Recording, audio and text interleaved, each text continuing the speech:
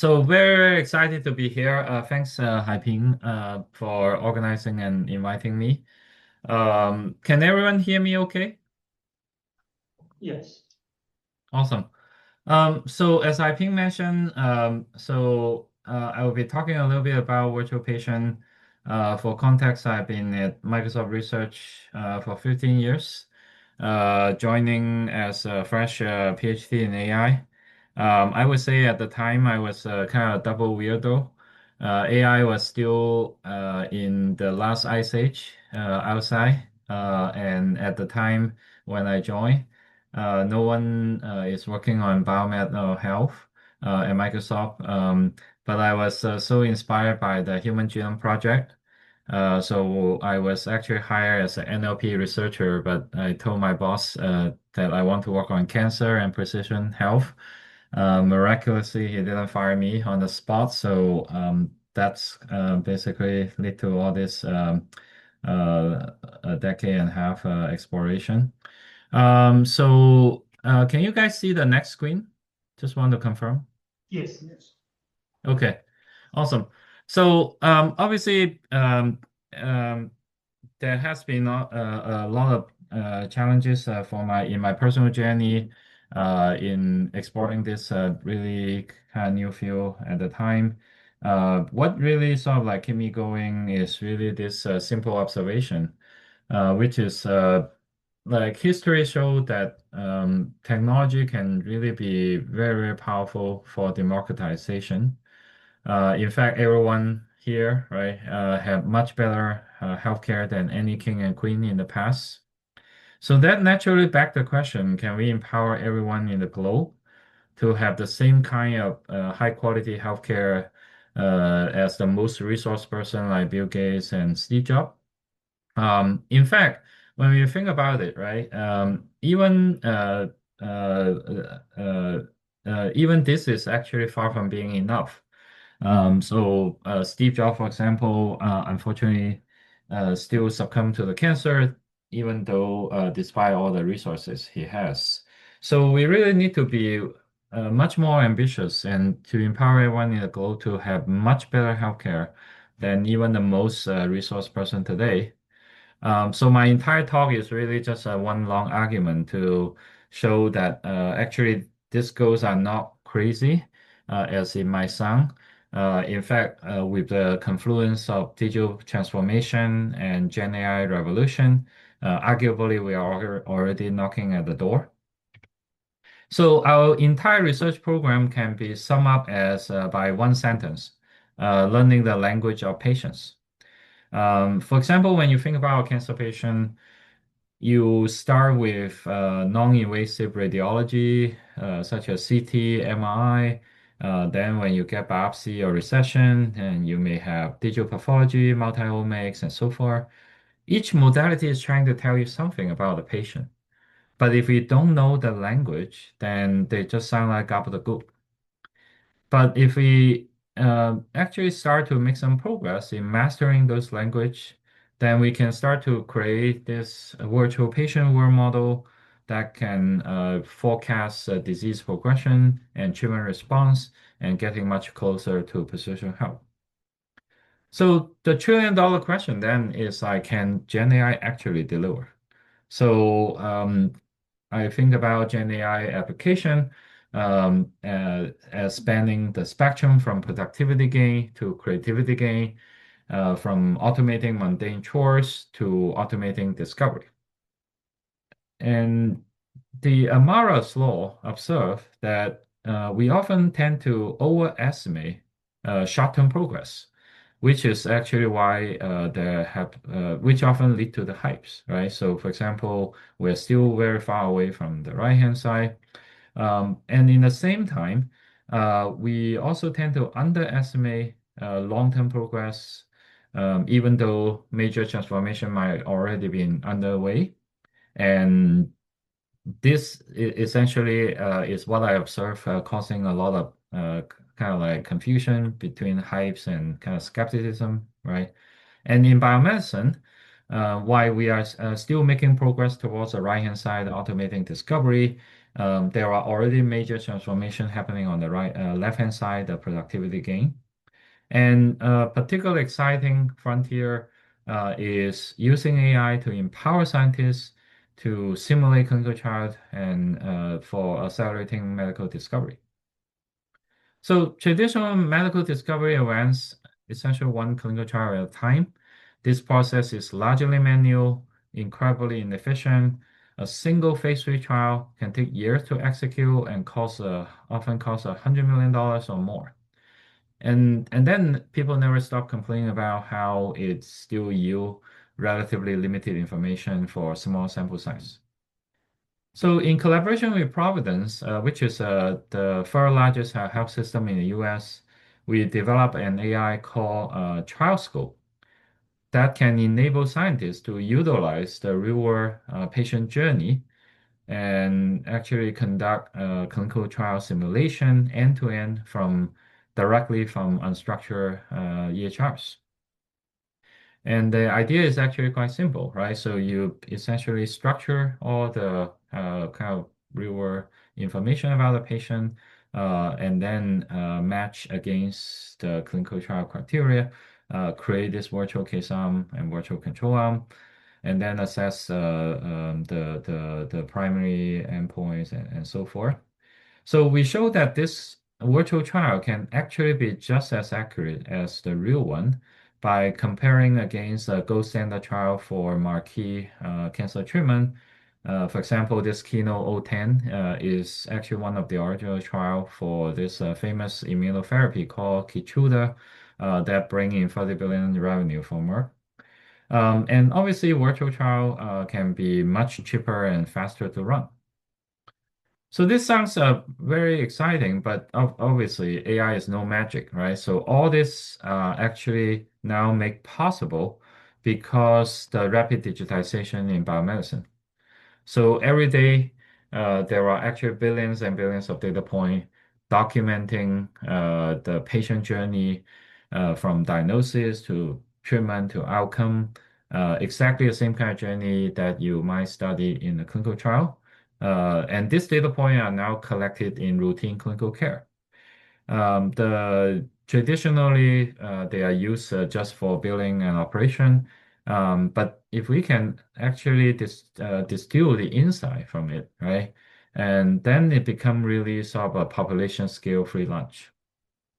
So the challenge used to be that this data can be highly unstructured. For example, a lot of those detailed information you need for matching clinical trial actually are scattered around hundreds of notes for a single patient, right?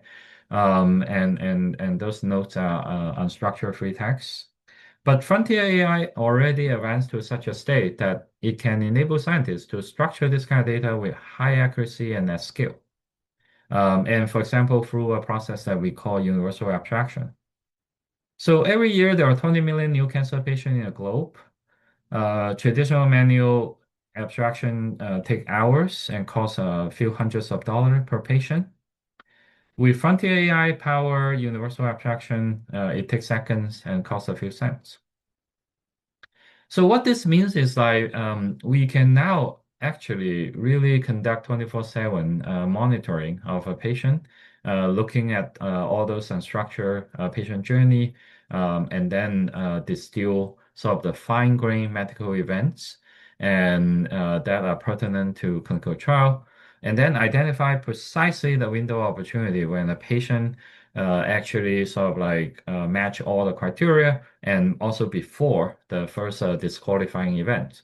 And we have exactly such a kind of like prototype pipeline that are now running every night at Providence when they back up the data into the Azure data lake, right?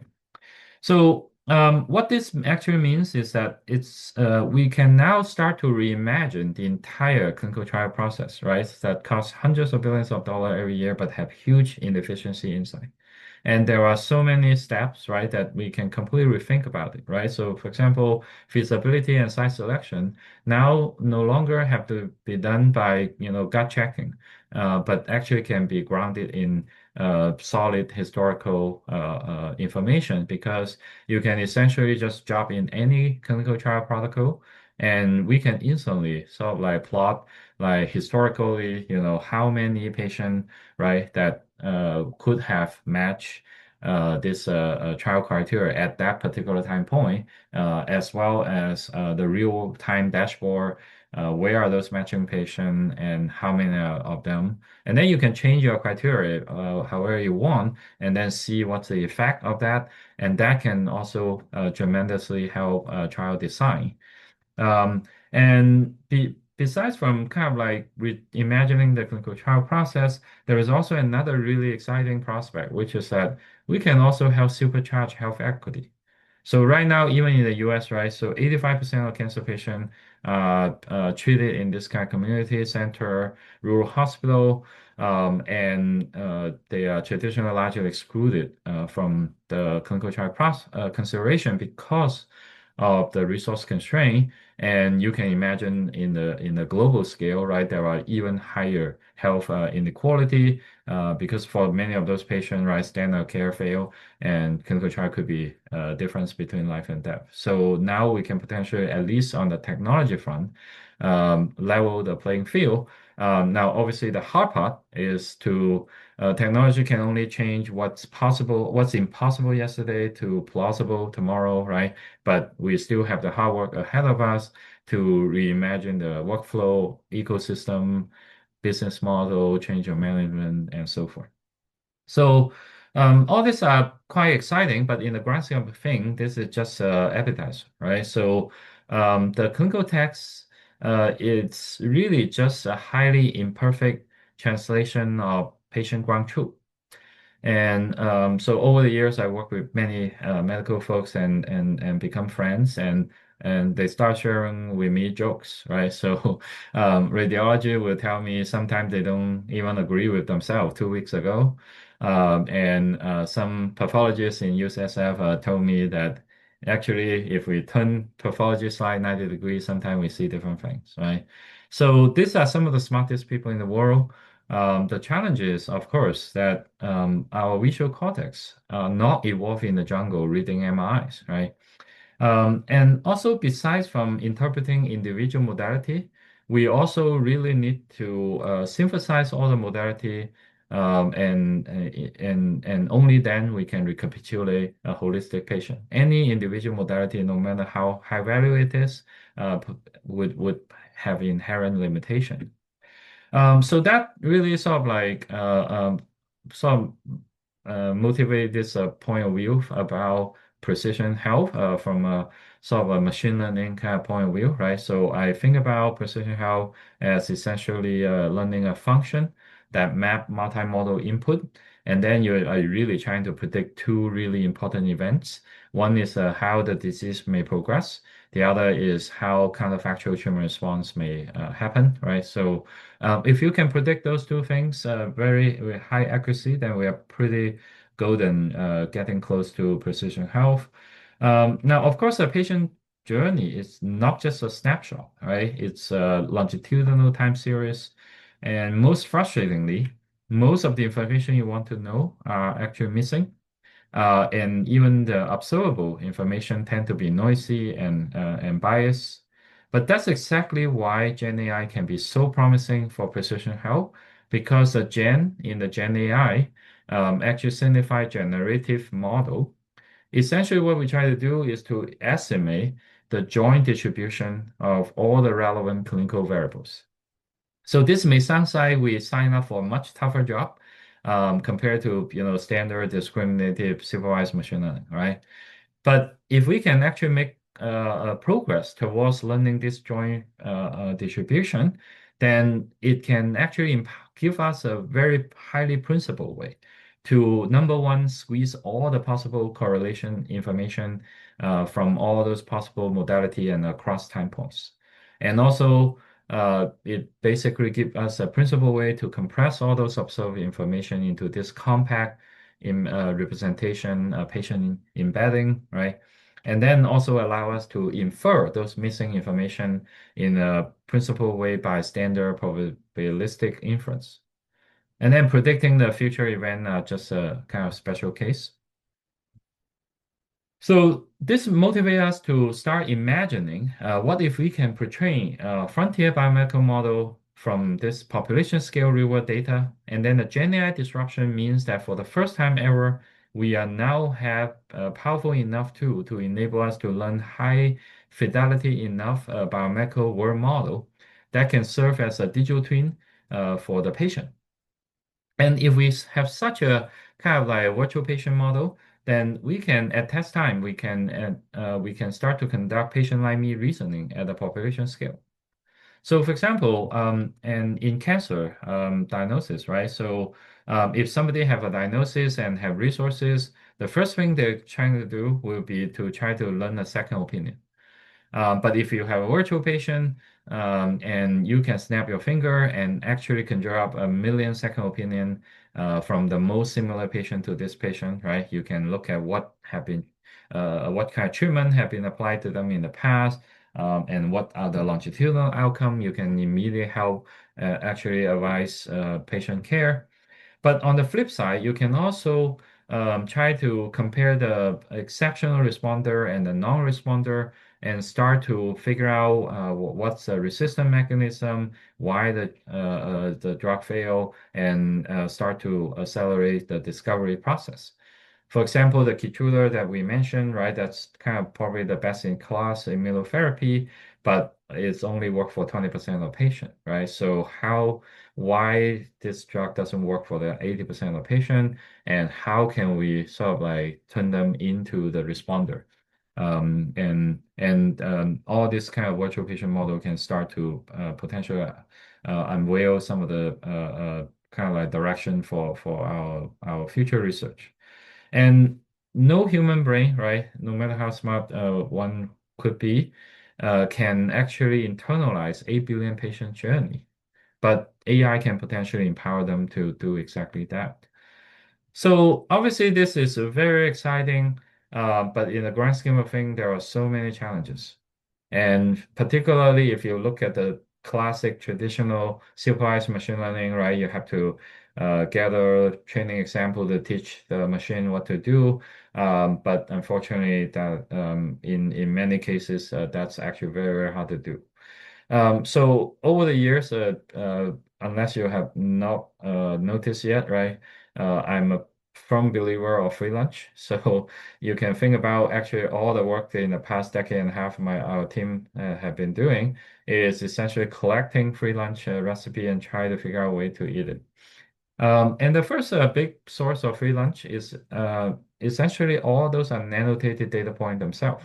So any moment you have annotated images, annotated protein sequences, you can turn them into a cell supervision training example. So, for example, one really popular paradigm is you can introduce this modality-specific encoder and decoder. The encoder essentially are just doing a glorifying nonlinear dimension reduction, right?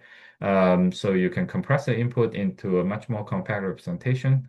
And then the decoder try to recreate the input from this compact representation so that you can prevent it from just put arbitrary crap into that embedding. And then the text modality, right? There are already, very powerful frontier model that people have invested billions of dollars. So you really don't need to do much there. And this is obviously a very successful paradigm. But for individual modality, there are also a lot of idiosyncratic kind of challenges in biomedicine.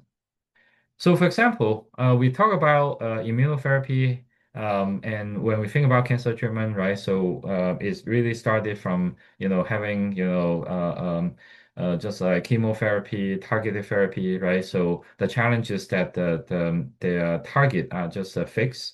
So then cancer has the blessing of natural selection, so they often figure out a way to evade the kind of treatment.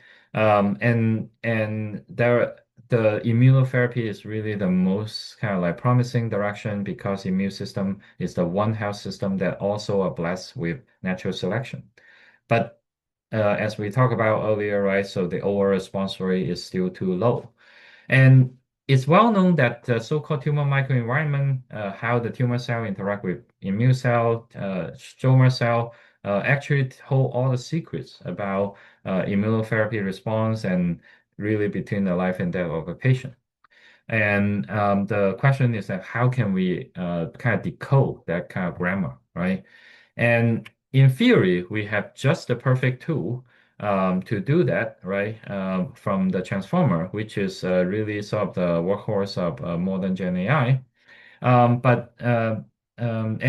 for images, right? What kind of like transformer does is essentially, try to pass messages between every two pixels, right? That's exactly how transformer can actually capture really sort of like arbitrary complex global patterns. But come with that superpower also there is a big Achilles heel for transformer because you have to do that pairwise message passing, then the computation will scale quadratically.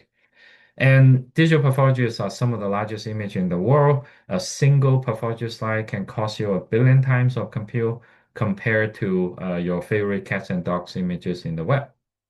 And so we essentially leverage an idea that originated in speech recognition called dilated attention. The idea is actually very simple, right? So in the local neighborhood, you can do pairwise message passing all you want, right? The computation will not blow up. And then after you do that, then every pixel supposedly already kind of know the neighborhood very well. So then when you actually try to pass messages from local neighborhood to the faraway neighborhood, you can actually elect representative and pass message only among the representative, right? So by doing in that kind of hierarchical way, then you can actually start to actually drastically reduce the computation while still maintaining the bulk of the fidelity of the computation. So we are very lucky to collaborate with fantastic collaborators at Providence and University of Washington. And we essentially adapt that diluted attention to digital pathology and create the first pathology foundation model that can truly scale transformer to the gigapixel whole slide pathology slide images. And before the gigapath, the classic way to do things, right, by the community is that because of that challenge for size, the community tend to essentially cut up the pathology slide into 200 by 200 pieces. That's perfectly fine if you want to just model some local phenomenon, right, like cancer subtypings and so forth. But that's not adequate to enable sort of like this modeling of arbitrary sophisticated global kind of slide level patterns. So we are very excited to see that after our publication in Nature, actually there are, essentially everybody now start looking into the slide level modeling, right, rather than just a patch level modeling. So that's very exciting to see. And we also try to throw all kinds of hard problem to this model, right? So, and initially we proposed to actually look at learning a pan-cancer signature across 31 cancer type in Providence data, right? Our collaborating pathologist actually was quite skeptical at the beginning because those cancer type have very different morphology, right? But the good thing about AI is that they never complain when you give him a task, right? So, and we crunch a number, and somewhat surprisingly, we actually did find some pretty significant correlation signal for some of the very important kind of biomarkers. So, and that just and get our collaborating pathologists are very excited. So that just a tiny, tiny baby kind of step to give you a peek of like how AI can potentially even get human expert to go beyond what they can do or even imagine in the past. So this is one of my favorite graph, right? When I feel depressed, this is a graph I look at, like how people actually find our work actually interesting. And also the most exciting thing is to see some example proof point like this in the real world, right? So for example, here's the problem formulation is the follows, right? So for lung cancer patient, you really should sequence the EGFR mutation status because there are so many actionable treatment. But despite strong guideline in the US, right, a quarter of lung cancer patients never get the EGFR mutation status before the first line, largely due to a resource constraint.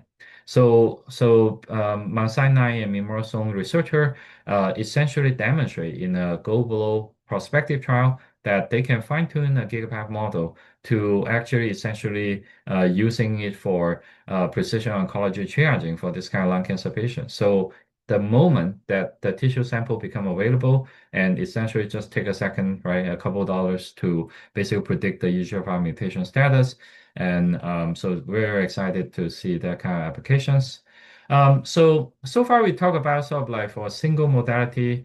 Now imagine tomorrow you wake up, right? So we train very good foundation model for each modality. But the challenge is that there is no guarantee that they will map those input into a comparable kind of like semantic space. So in this sense, like each modality is like a distinct language. So CT could be your French, and digital pathology could be a Hindu, right? So very soon we will have a United Nations problem.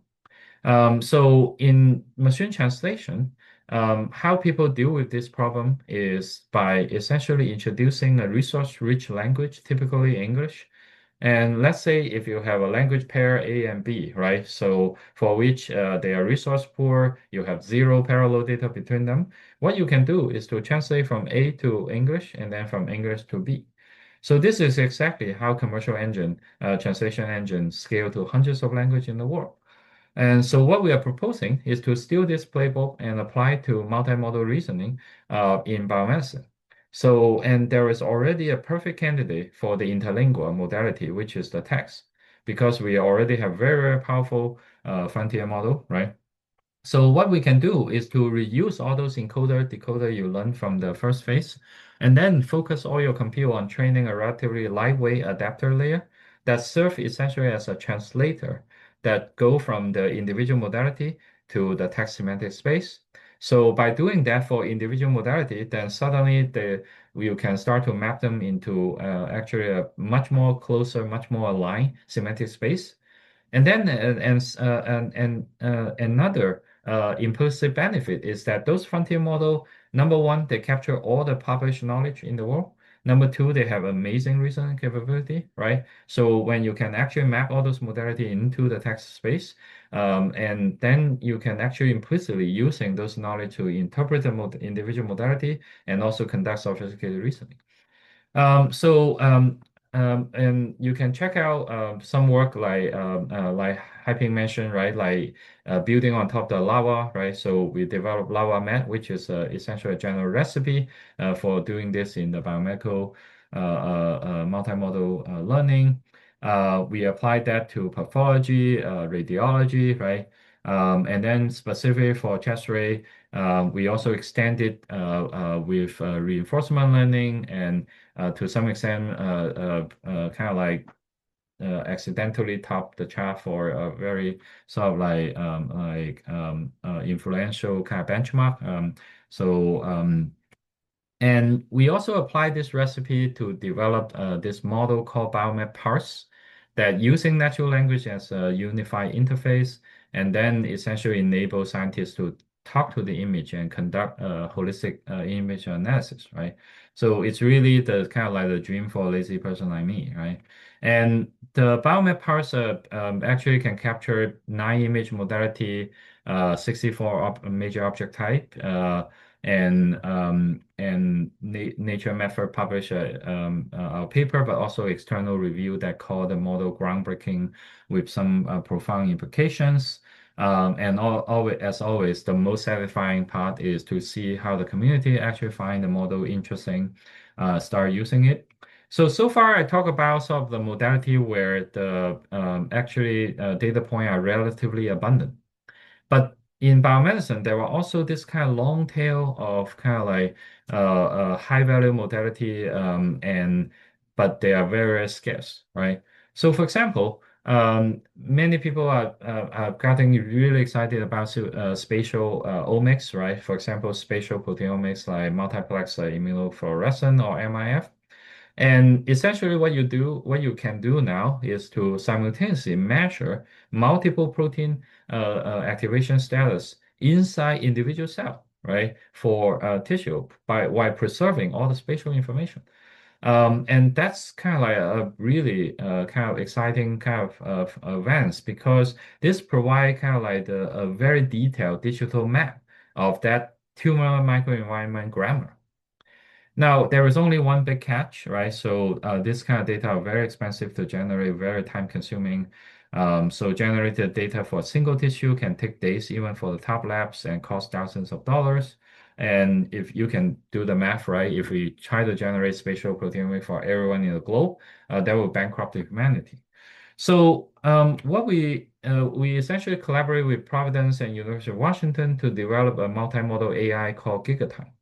And basically, the GigaTime, what it does is that start from essentially Rosetta Stone, 40 million cell with pair H&E and spatial proteomics, right?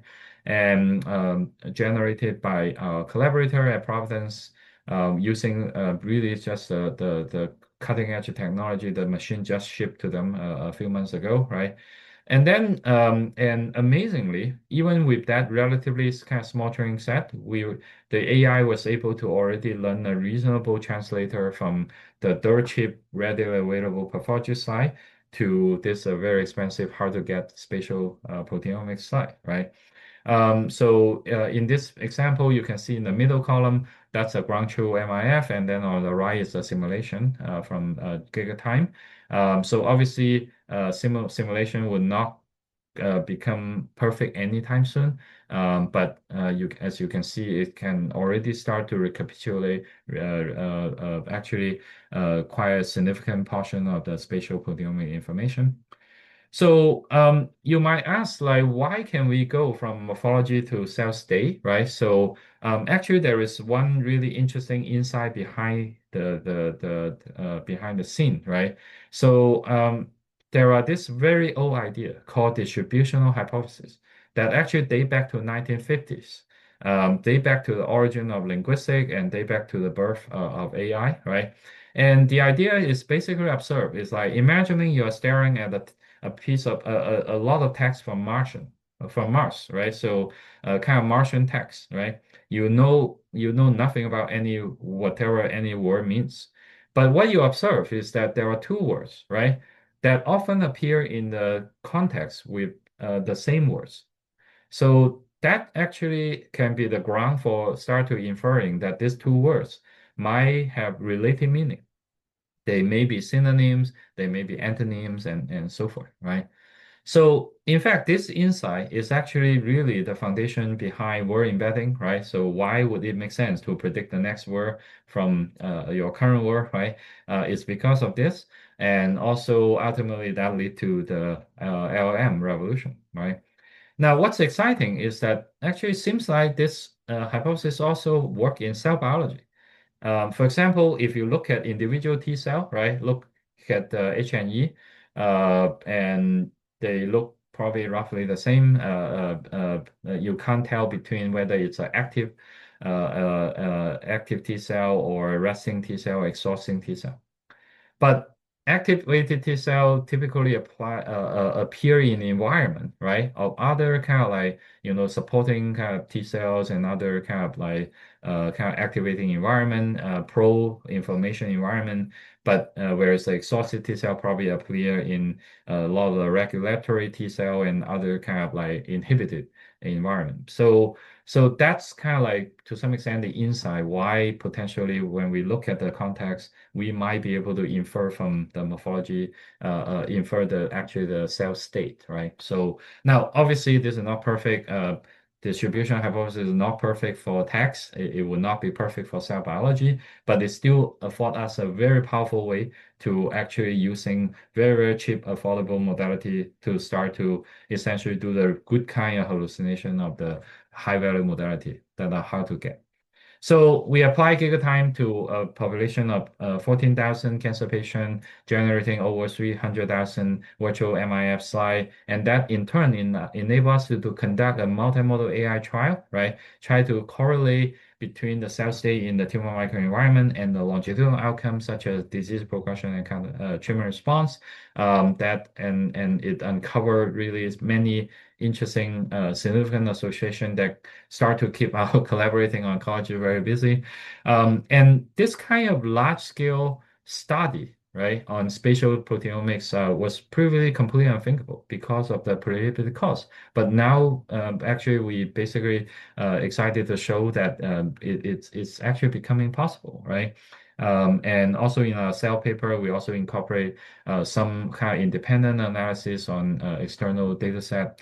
But I would say that again, this is just a simple sort of like started a baby step. So there are so many growth opportunity down the road. So finally, in case you are not full yet, I want to present you from actually perhaps the final and the largest and most important free lunch. Think when you think about GPT-4, right, it basically learn by predict next word, next word, next word.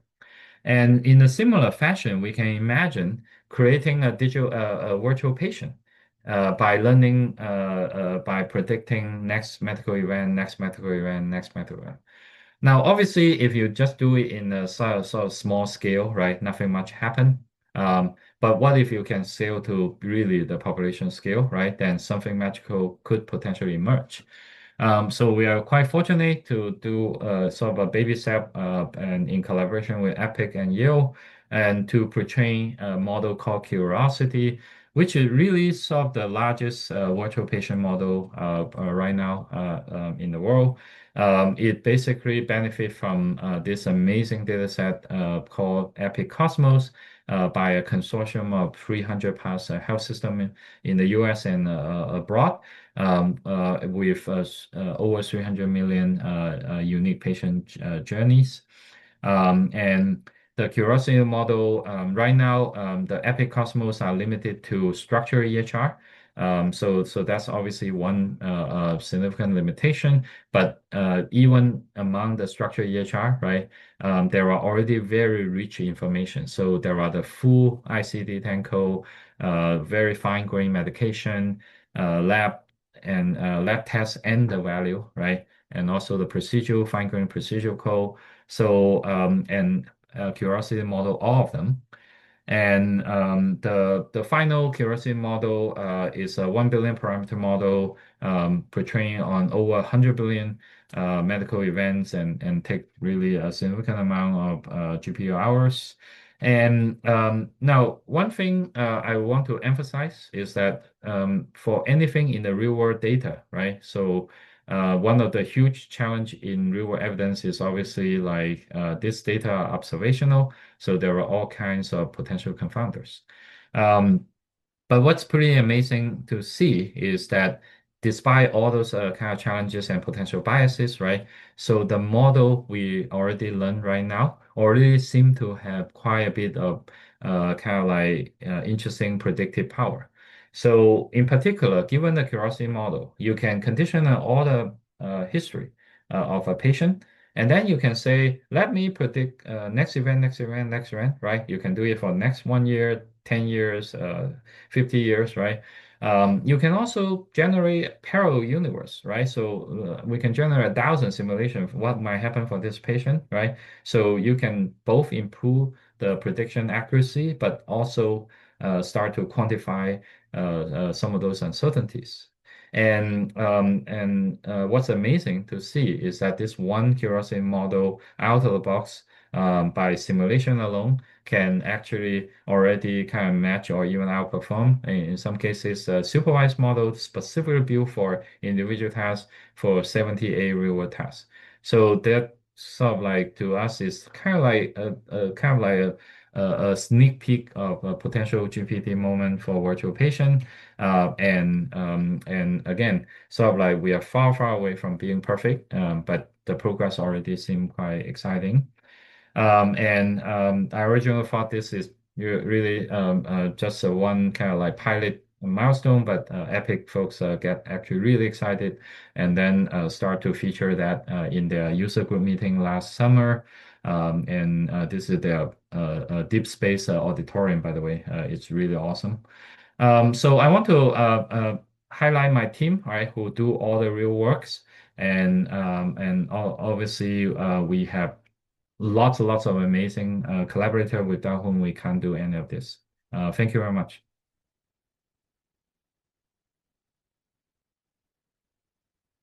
So now let's open the floor to questions. Are there any questions from the audience? Yeah, there is a question from the chat. The question is about the use of digital immune twins in clinical trials. In your view, what are the biggest scientific or data bottlenecks preventing digital twins from becoming truly predictive tools in drug or vaccine development, and how might AI help overcome them? Awesome. Did you hear that question? That's about the digital immune twins, using that in clinical trial, right? So yeah, asking about the data bottlenecks preventing these digital twins to become a truly predictive model in drug or vaccine development. Mhm. Yeah, can you guys hear me? Yes. Yeah. Okay. Yeah, great question.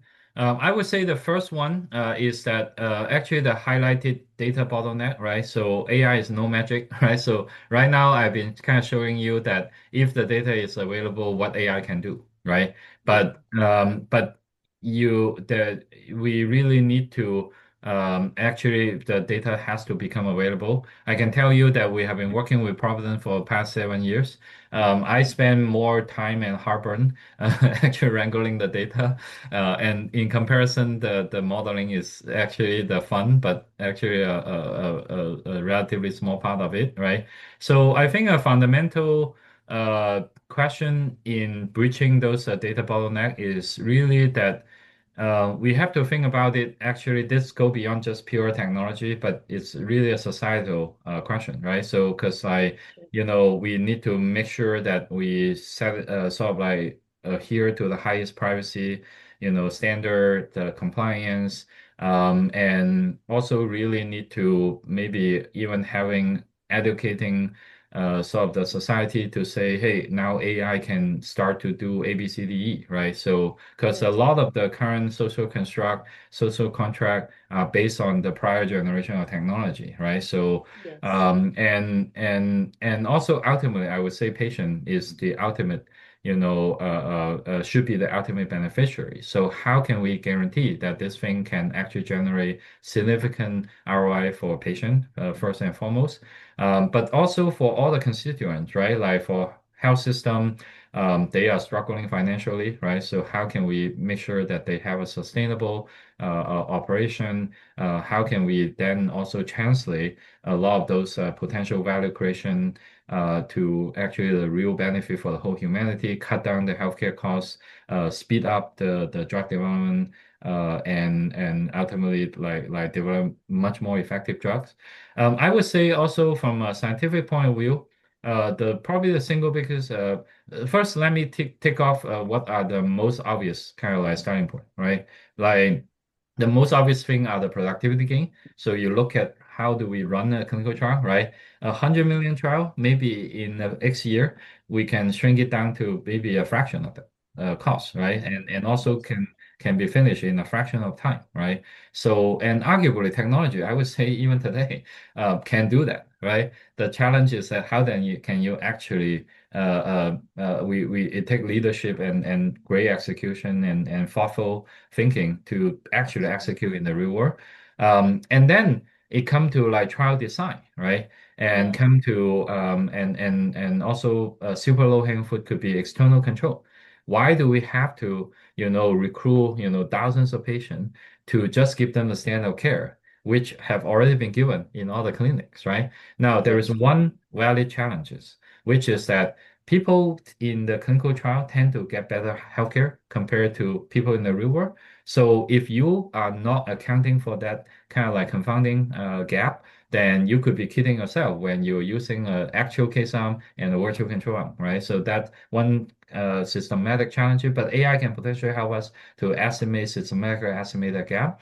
And then there are also the whole phase four post-market, those by definition, you have to do real world data, right? And then, and now for the new drug, and for all those, again, the challenge is the confounding effect, but AI now can potentially go beyond the standard like propensity when you look at just a couple features, right?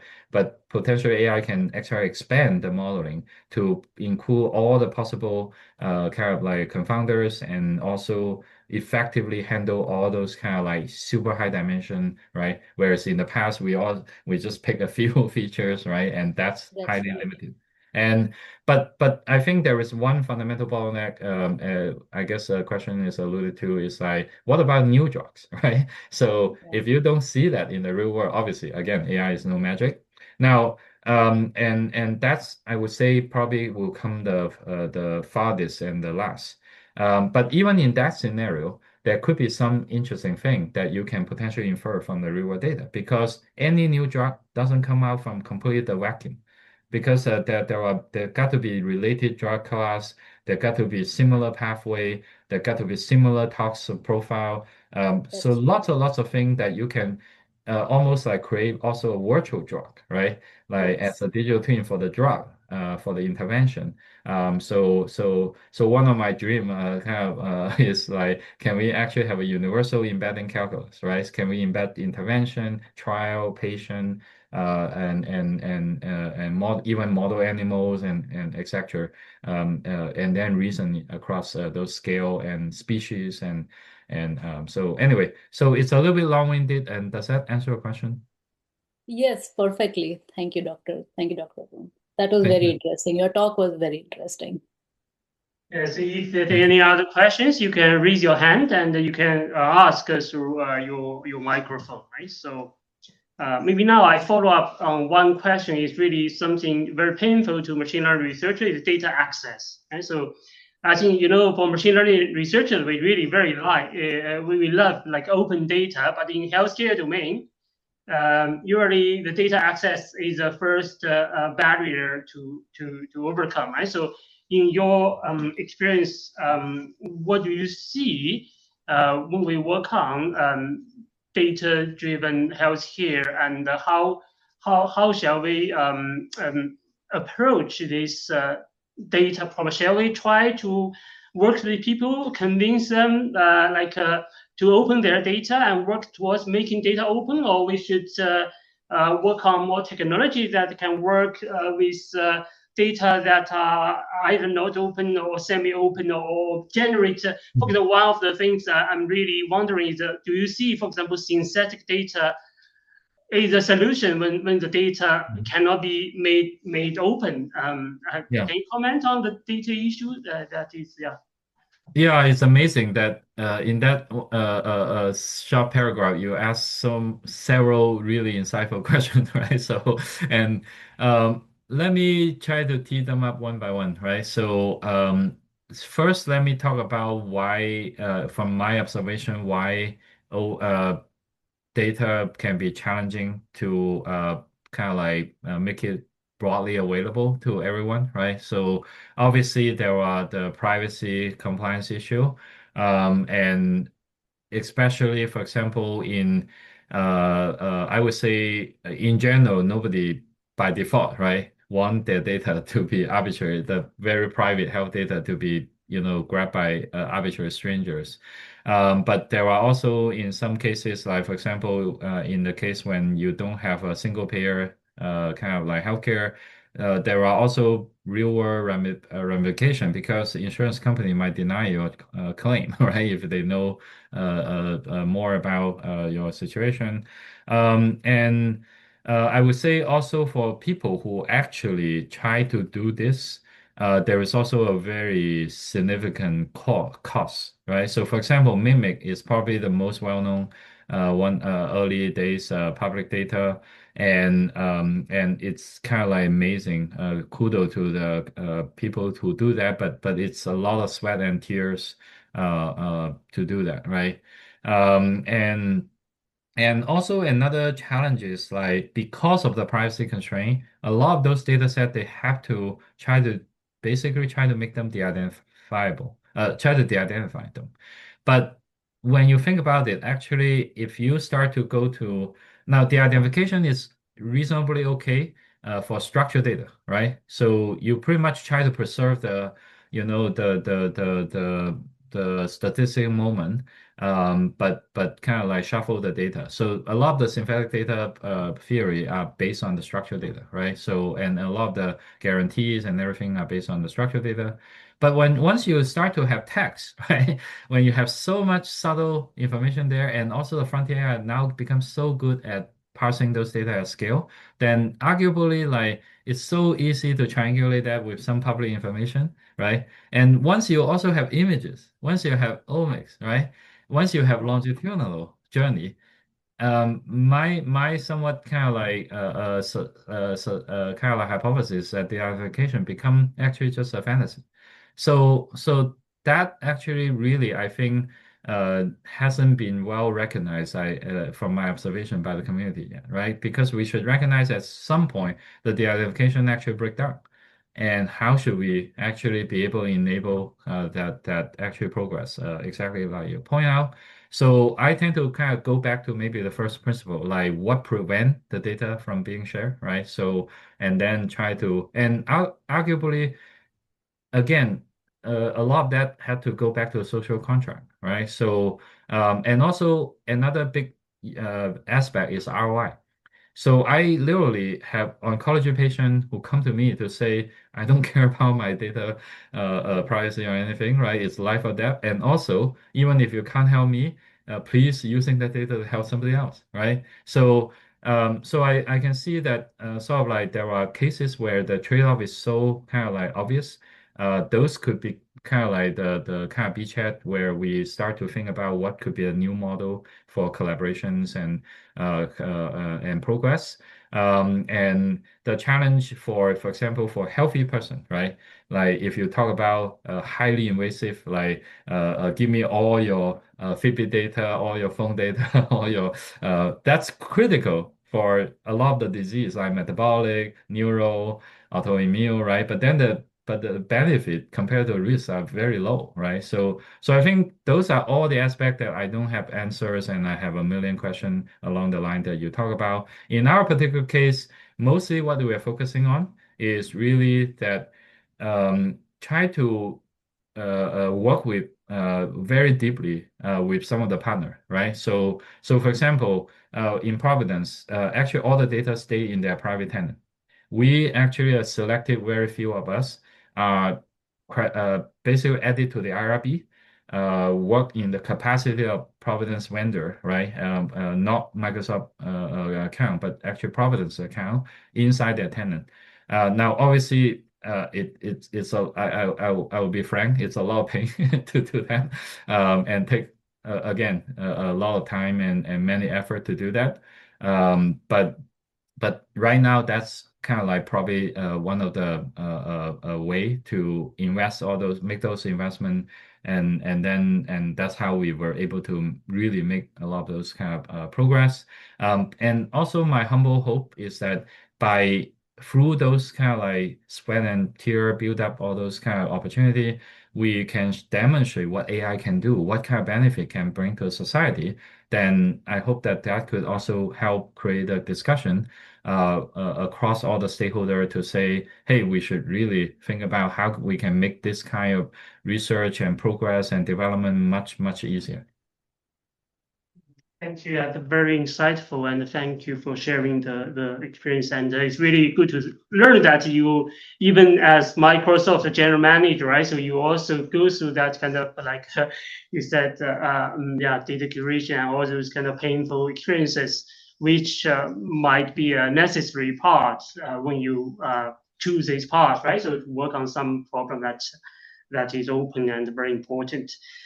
We have maybe 5 minutes left. I want you to also comment on the state of art and the benchmarking problem, because we know, for example, deep neural networks show their power on ImageNet, and AlphaFold demonstrate their true capability on cost. And then in the field of, and you mentioned about mimic, right? So I think that's more like a default popular choice for many people to do benchmarking. What do you think the importance and the state of art of benchmarking in the healthcare research domain? Do you think, for example, what should we work more, like craft more benchmark like mimic, and how should we approach that? And what is your translator, right? So can change this landscape. So, for example, make it easier or faster or more productive. Can you comment on this part of the evaluation and benchmarking of AI?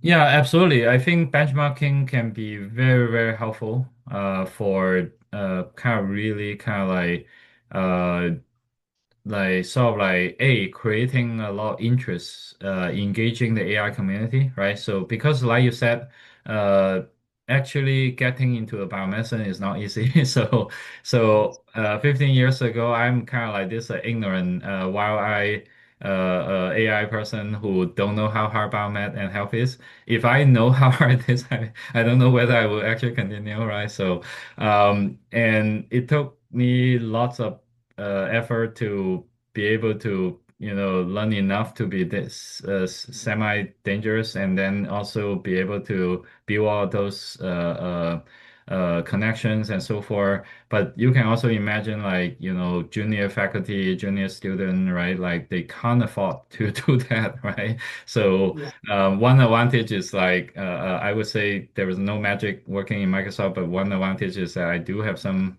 freedom and patience by the leadership, so I could do that. But so in that case, I think all this kind of like public data set and also the benchmark are actually very, very good in communicate to the AI person who don't know the biomedicine deeply. At least this could be the entry problem to work on. But I also want to caution that because of all those challenges that you mentioned earlier about the data set, right? So a lot of the existing data set, they invariably have a lot of challenges, right? So Mimic is an amazing data set, but it's kind of like focusing on emergency medicine. The duration is typically very short, right? So you don't actually get to see longitudinal outcomes and so forth. I would say something like maybe UK Biobank have maybe some advantages in those aspects, but have other biases. The good thing is that there are more and more this kind of all of us future of health in UK, right? And HPP, Human Phenotype Projects, and so forth. And so I would say there are more and more data set come out, and I think it's hugely important for people who know deeply with the biomedicine to team up with folks in biomedicine to create benchmark that actually reflect something that either is really end problem that are important for the field, or can at least lead to those problems. Because you also don't want the benchmark to create that actually ultimately have no relevance to the real world impact, right? So there could also be example that have growth area in those regions, right? So and also another thing to caution is that we also don't want to see those benchmark competition to be to be the end game itself, right? Because any benchmark can be game, can be hill climbs and so forth, right? So, but benchmark can absolutely play a very big role, especially I would say for folks who just trying to get into the field. I think they are amazing. Yeah, just ask one last like combined question. I think your talk is about virtual patient, right? For your virtual like generated data, do you think that can be made public? And if yes, if we build a benchmark based on your virtual patient data, how feasible and how valuable that will be?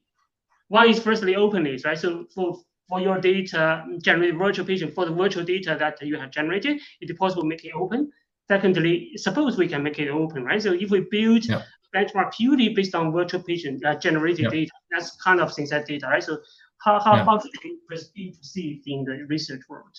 Yeah, I think maybe let me quickly address one thing that I think is a little bit of misconception is that I have actually seen quite a lot of proposal by startup and by research proposal to say let me build let's say a language model from a corpus, right? And then I use a language model to generate lots of stuff. And then I said, well, then I can get around from the privacy constraint, right? So I think I wish that's true, right? But there is a lot of research that demonstrate that actually you are in a catch-22, right? If you actually want your model to capture more and more sort of like high order statistical moment, like a lot of really reflecting the original data set, then you risk actually regurgitate some of the very sensitive information. There are lots of research that demonstrate that actually that could happen, right? So I think actually you raised a very great question early on. Is like I think synthetic data there is still a lot of kind of like a lot of research we need to be done to clarify like what's the boundary of that, right? So I don't see virtual patient frankly as a way or as a way to get around that privacy constraint, right? Because I actually think I wish the virtual patient actually capture every single nuance in the population. Then in that case, there is always a danger that it would expose kind of like sensitive information. But virtual patient and also for that purpose, there is a question about how we can then empower the use and availability for the virtual patient, right? So you notice that my team actually we try to open source many model as much as possible. And when it's like truly de-identified, let's say these are truly de-identified image, we open source the GigaPath model, right? The GigaTime model we also outsource it because there is a very minimal risk because the image is completely identified. So I don't see any way that people can recover any sensitive information. But let's say for something like a truly virtual patient, then there is that risk. And I would just quickly say that the curiosity model, it's governed, the data set is governed by the Epic Cosmos, which is a consortium for those health systems. And by derivative, the curiosity model are also governed by the council. And so actually the participating health system can start to have access to that. So that's obviously not a perfect solution right now, but still those cover many health systems, right? So.